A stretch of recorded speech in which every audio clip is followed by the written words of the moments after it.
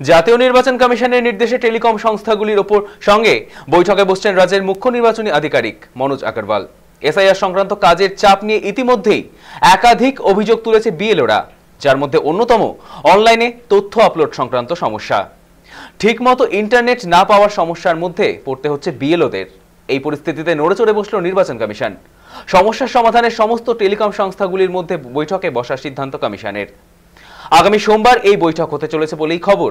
অন্যদিকে আগামী সপ্তাহ থেকেই বিএলওদের এসআইআর কাজের প্রাপ্য পারিশ্রমিক দেওয়া শুরু করতেও জেলা প্রশাসনের নির্দেশ দিয়েছে নির্বাচন কমিশন। বস্তুত কাজের চাপ বাড়ছে আত্মহত্যা ও হৃদরোগ। অবিলম্বে বাংলায় এসআইআর প্রক্রিয়া বন্ধের নির্বাচন কমিশনকে চিঠি দিয়েছে মুখ্যমন্ত্রী মমতা বন্দ্যোপাধ্যায়। সূত্রের খবর, বিএলওদের সমস্যার কারণ খতিয়ে দেখতে ওয়েবসাইটের প্রযুক্তিগত সমস্যা দ্রুত সমাধান করতে দিল্লি থেকে নির্দেশ দেওয়া হয়েছে রাজ্যের সিইওকে। নির্দেশ পেয়ে তড়িঘড়ি টেলিকম সংস্থাগুলির সঙ্গে বৈঠকে বসার সিদ্ধান্ত নিয়েছে রাজ্যের মুখ্য নির্বাচনী আধিকারিক।